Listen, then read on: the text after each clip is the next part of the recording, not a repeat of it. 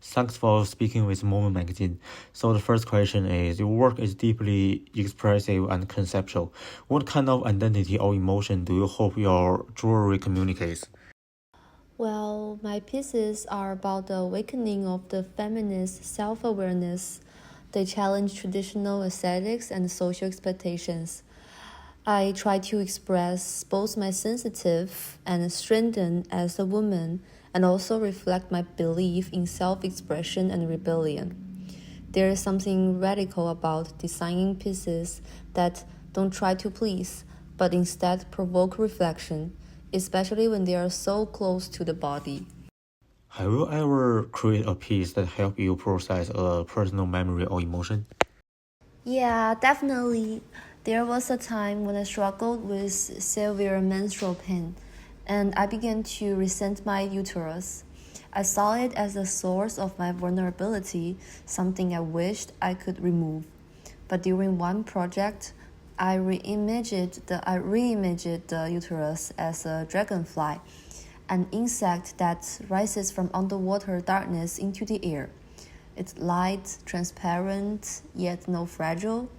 That shift in metaphor helped me reconcile with my body.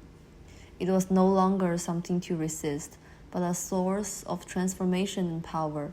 That piece marked a turning point. It turned pain into strength. That's incredible moving. So what do you hope people feel when they wear your jewelries? I hope they feel free and powerful, not in the way society defines strong women, but in their own way. Even with imperfections, emotions, softness. Wearing one of my pieces is like saying, I exist, and I don't need to explain myself. My feelings are valid, my voice matters. I want jewelry to affirm that quietly but clearly. So why did you choose feminine power as the core theme of your practice? Well, because it's often misunderstood or hidden. People assume power must be loud, aggressive, visible. But feminine power can be soft, internal, emotional, and still unshakable. I want to express an ungoverned form of femininity, gentle or fierce, rebellious or tender. Jewelry is such an intimate medium, close to the skin and the heart. Through it, I show my respect for that complexity. And in your view, how can jewelry become a medium of feminist expressions? Historically, jewelry has symbolized femininity in a very narrow way: delicate, decorative, passive. I want to subvert that. My pieces are not just accessories, they are tools for expression, resistance, even protest. Each necklace, ring, or brooch carries a message, sometimes humorous, sometimes painful. I want to encourage wearers to use their bodies as sites of meaning, not just visual pleasure. What do you think is the most important kind of power modern women need to reclaim? Well, I think it's the power of self definition. In a world that constantly labels and gazes at women, being able to hold your voice and choose your path is radical. It's a daily act of resistance. I try to create pieces that celebrate that agency, jewelry that decorates the body, but extends the mind. Would you describe your work as more decorative or conceptual? Definitely more conceptual.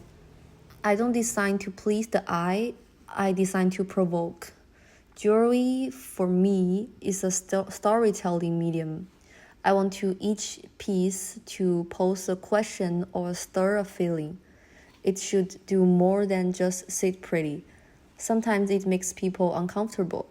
That's okay. Discomfort is a doorway. Do you find inspiration from feminist themes in other media like film, music, or fashion? Yes, constantly. The Handmaid's Tale showed me how the female body can be both a site of control and resistance. Beyonce's Lemonade, a visual album about pain, betrayal, and healing, helped me think about layering and rhythm. And Alexander McQueen's 1999 show, where a robotic arm painted a dress onto a leaf model, made me reflect on violence, desire, and power. These cultural moments show how feminists can live in texture, rhythm, and silence, not just words. Was there a personal moment that made you commit to feminist jewelry making? Yes, I once felt ashamed of expressing desire, especially when I spoke up or acted outside expectations. There were moments where I was dismissed or made to feel small for taking place. Those experiences made me realize how badly we need language for our emotions and how jewelry could be that language. It became a kind of micro decoration, a way to give space and shape to what goes unspoken. That's really powerful. So in a way, every piece you make is a quiet revolution for you. Exactly. Even the smallest object can carry the heaviest truth if you are willing to wear it. Okay, thank you for answer all those questions, and thank you again for talking with Moment Magazines.